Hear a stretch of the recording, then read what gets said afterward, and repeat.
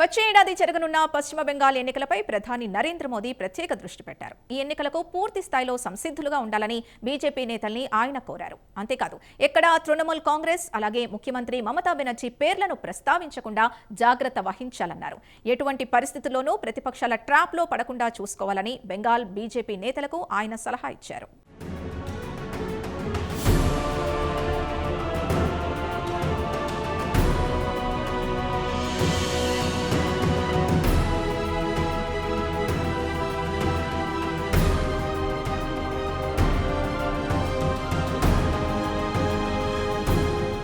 పశ్చిమ బెంగాల్ అసెంబ్లీకి వచ్చే ఏడాది ఎన్నికలు జరగనున్నాయి.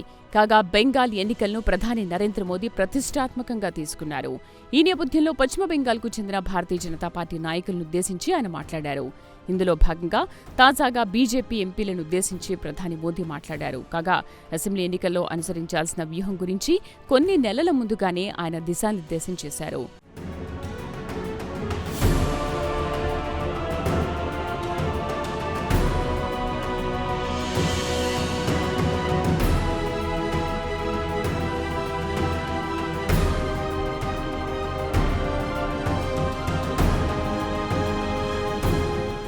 బెంగాల్ అసెంబ్లీ ఎన్నికల్లో నిర్మాణాత్మక విమర్శలకే కట్టుబడి ఉండాలని భారతీయ జనతా పార్టీ నాయకులను ఆయన కోరారు.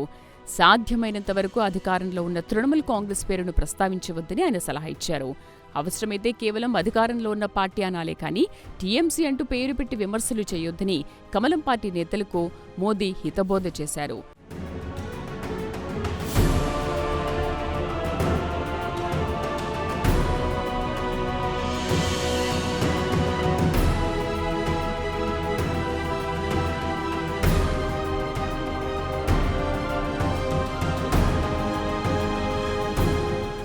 అంతేకాదు పశ్చిమ బెంగాల్ ముఖ్యమంత్రి మమతా బెనర్జీ పేరును కూడా ఎక్కడా ప్రస్తావించవద్దని కమలం పార్టీ ఎమ్మెల్యేలు, ఎంపీలను ప్రధాని కోరారు.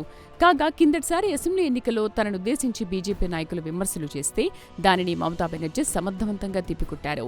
తననుద్దేశించి చేసిన విమర్శలను బెంగాల్ సంస్కృతిపై చేసిన దాడిగా మమతా బెనర్జీ అభివర్ణించారు. బెంగాల్ కల్చర్ను గుజరాతీ నాయకులు దెబ్బతీయడానికి ప్రయత్నిస్తున్నారని పరోక్షంగా నరేంద్ర మోదీ, అమిత్ షాలను ఉద్దేశించి మమతా బెనర్జీ విమర్శలు చేశారు. అసెంబ్లీ ఎన్నికల్లో ఉద్దేశపూర్వకంగా బెంగాల్ ఐడెంటిటీని మమతా బెనర్జీ తెరమీదకు తీసుకొచ్చారు. దీంతో వరుసగా మూడోసారి బెంగాల్లో తృణమూల్ కాంగ్రెస్ పార్టీ అధికారంలోకి వచ్చింది. ఈ నేపథ్యంలో మమతా బెనర్జీ పేరు ప్రస్తావించవద్దని బీజేపీ నేతలను ప్రధాని మోదీ కోరడం విశేషం.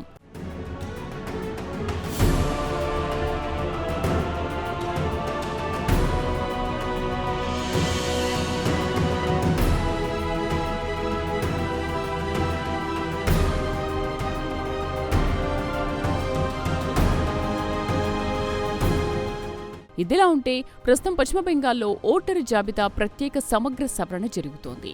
ఇదే సర్ ప్రక్రియగా రాజకీయ వర్గాల్లో పాపులర్ అయింది.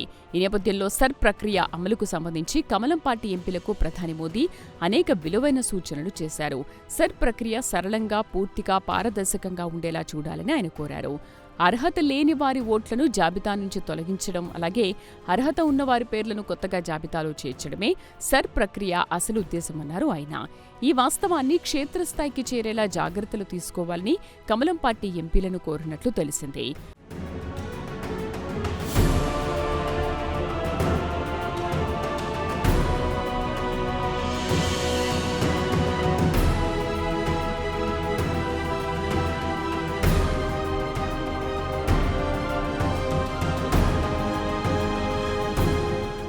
ఇదిలా ఉంటే సర్ ప్రక్రియకు వ్యతిరేకంగా పశ్చిమ బెంగాల్లో ఇప్పటికే మమతా బెనర్జీ ఆందోళన చేస్తున్న సంగతి తెలిసిందే.